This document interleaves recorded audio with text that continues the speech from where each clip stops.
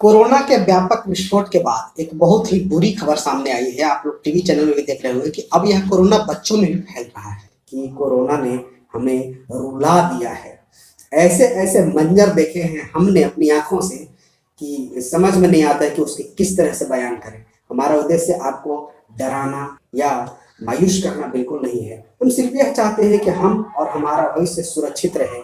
और इन सारी चीज़ों के लिए मैं आप लोगों से हाथ जोड़कर निवेदन करता हूँ, क्या सावधानी बरतें कि कम से कम हमारे बच्चों को कुछ ना हो।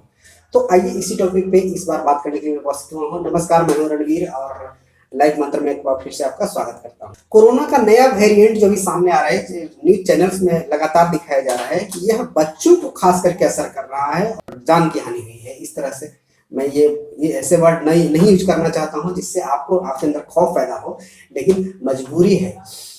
पिछले साल का कोरोना जिस तरीके का था और भारत ने जिस तरीके से उसको मैनेज किया, भारत की सरकार ने जिस बड़े पैमाने पर लॉकडाउन लगाया, कष्ट चाहे जो हो, कुछ भी हुआ हो, लेकिन लोगों की जान बच गई।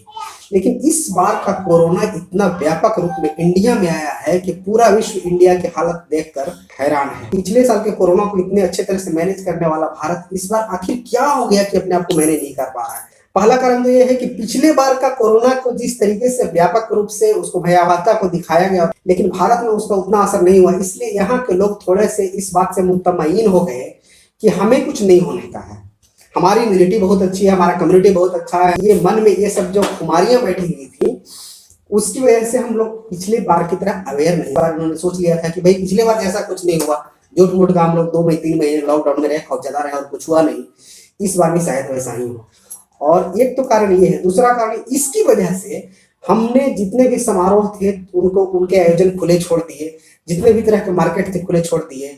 हम लोग लॉकडाउन के बाद पूर्णतः इस बात से आश्वस्त हो गए कि कोरोना का कम से कम भारत का कुछ नहीं बिगाड़ सकता है। पिछली बार के सबक हमने सही ढंग से नहीं लिए। हमारी सरकारों ने भी इस व्यापक पैमाने पर विस्फोट की कल्पना नहीं की होगी।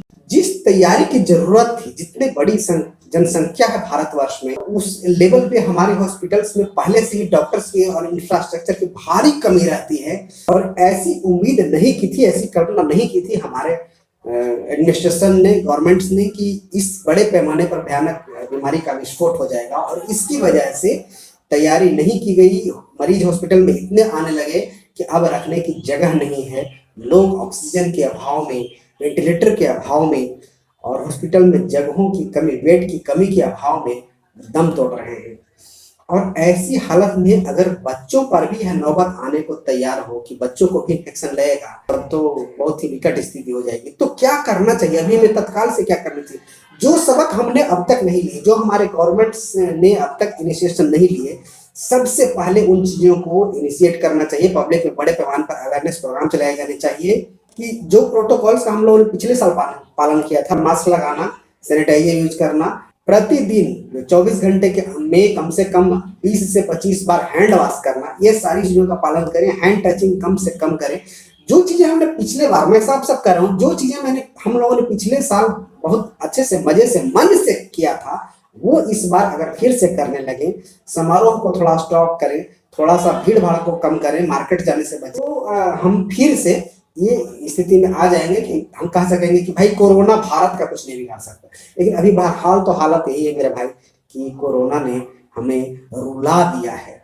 ऐसे ऐसे मंजर देखे हैं हमने अपनी आंखों से कि समझ में नहीं आता है कि उसके किस तरह से बयान करें। हमारा उद्देश्य आपको डराना, धमकाना या मायूस करना बिल्कुल नहीं है। हम सिर्फ यह चाहते हैं कि हम और हमारा भविष्य सुरक्षित रहे। और इन सारी चीज़ों के लिए मैं आप लोगों से हाथ जोड़कर निवेदन करता हूँ कि इन सब चीज़ों का पालन करें। नमस्कार, बहुत बहुत धन्यवाद।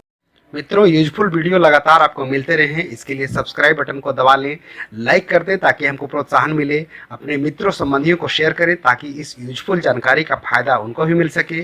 साथ ही साथ बेल बटन को दबा लें ताकि जैसे ही यूजफुल वीडियो अपलोड हो उसकी जानकारी आपको तुरंत मिल सके।